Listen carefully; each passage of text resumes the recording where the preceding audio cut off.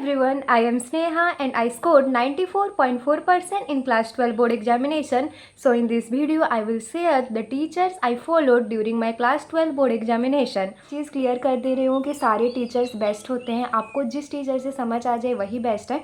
ये बस मेरी ऑनेस्ट जो टीचर से किस टीचर से फॉलो की थी वही बताऊँगी।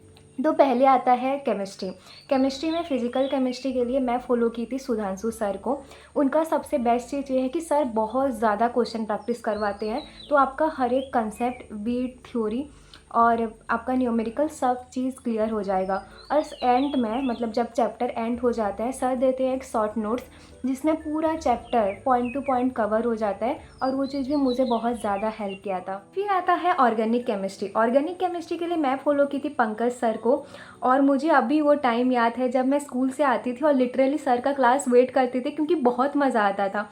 तो सर का नोट्स से सब कुछ एनसीईआरटी कवर होगा, और उनका क्वेश्चंस भी एनसीईआरटी का बीट बाय बीट से ही आता है, तो आपको कंसेप्ट भी बहुत ज़्यादा क्लियर हो जाएगा। और सर ये भी गाइड करेंगे कि आपको शॉर्ट नोट्स कैसे बनाना है ताकि आप भूलोगे नहीं, मतलब रिवीजन करोगे। तो सर का और भी होता था पंकज सर स्पेशल बोल के, जैसे कि पूरा ऑर्गेनिक केमिस्ट्री को एक चैप्टर जैसे पढ़ाते थे, मतलब एट द एंड पूरा स्टार्टिंग से लेके एंड तक जैसे रिएक्शन हो सकता है सारे चैप्टर का एक मिल के एक देते थे, जो कि आपको बहुत ज़्यादा हेल्प करेगा। फिर आता है इनऑर्गेनिक केमिस्ट्री। इनऑर्गेनिक केमिस्ट्री के लिए मैं दो टीचर्स को फॉलो की थी।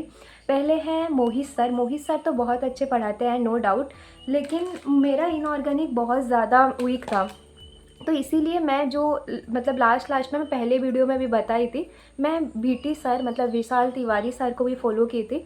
उनका भी हर एक जो लाइन होता है ना वो एनसीईआरटी का ही होता है, तो आप भी एक बार यूट्यूब में वन साइड भी होता है, उनका डिटेल लेक्चर भी है, तो आप जा सकते हो। फिर आता है फिज़िक्स। फिज़िक्स के लिए मैं फॉलो की थी एमआर सर को। एमआर सर को मैं अप्रैल से लेके नवंबर तक पूरा ब्लाइंडली फॉलो की थी, उनका नोट्स, हर एक लेक्चर्स, और सर का जो सर ट्रिक्स था वो तो मुझे बहुत ज़्यादा हेल्प किया था। लेकिन नवंबर और दिसंबर जनवरी में और एक सर थे, उनका नाम था अरविंद एकेडमी। तो सर का जो पीवाईक्यूज़ था या फिर एनसीईआरटी का क्वेश्चन था और उनका डेरिवेशन बहुत इजी वे से बताते थे, तो मैं उनका लेक्चर्स पे भी बहुत गई थी। आता है बायोलॉजी। बायोलॉजी मैं बोटेनी के लिए मैं फ़ॉलो की थी विपिन सर को, और ट्रस्ट मी मतलब 11th तो मैं नहीं की थी सर से, लेकिन जब 12th में आई ना, मुझे बायोलॉजी का एक अलग ही जो बोलते हैं ना कि मतलब पूरा फुल्ली कंसेप्ट क्लियर वो सर से मुझे पता चला, क्योंकि सर हर एक वर्ड्स को भी ब्रेक डाउन करके बताते थे। वो सबसे ज़्यादा इम्पोर्टेंट था, मतलब मैं सर को।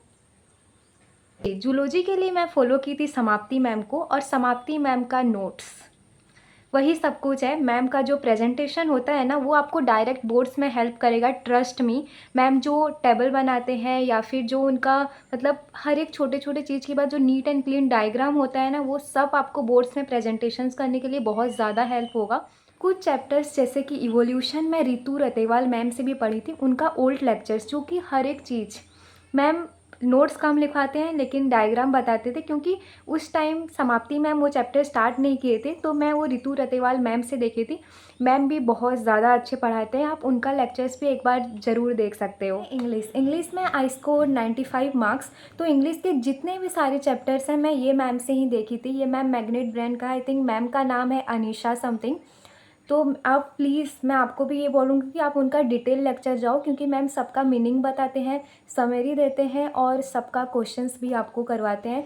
और जो मीनिंग होता है ना, वर्ड मीनिंग, वो कभी कभी बोर्ड्स में पूछ देता है, पूरा अंदर से एनसीईआरटी को निचोड़ के पूछता है। तो आप अभी प्लीज़ वन शॉट को इग्नोर करो, मतलब नहीं देखना है अभी वन शॉट, डिटेल्स लेक्चर पे जाओ। भले ही एक चैप्टर 2 घंटा लगेगा, लेकिन दे लो, अच्छा हो जाएगा आपका भी।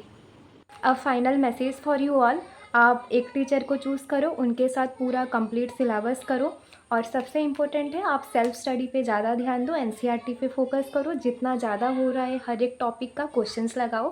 Thank you everyone. अगर आपको ये वीडियो हेल्पफुल लगी हो तो लाइक शेयर सब्सक्राइब ज़रूर करना, और कमेंट में ये भी बता सकते हो कि आपको नेक्स्ट वीडियो किस चीज़ के ऊपर चाहिए।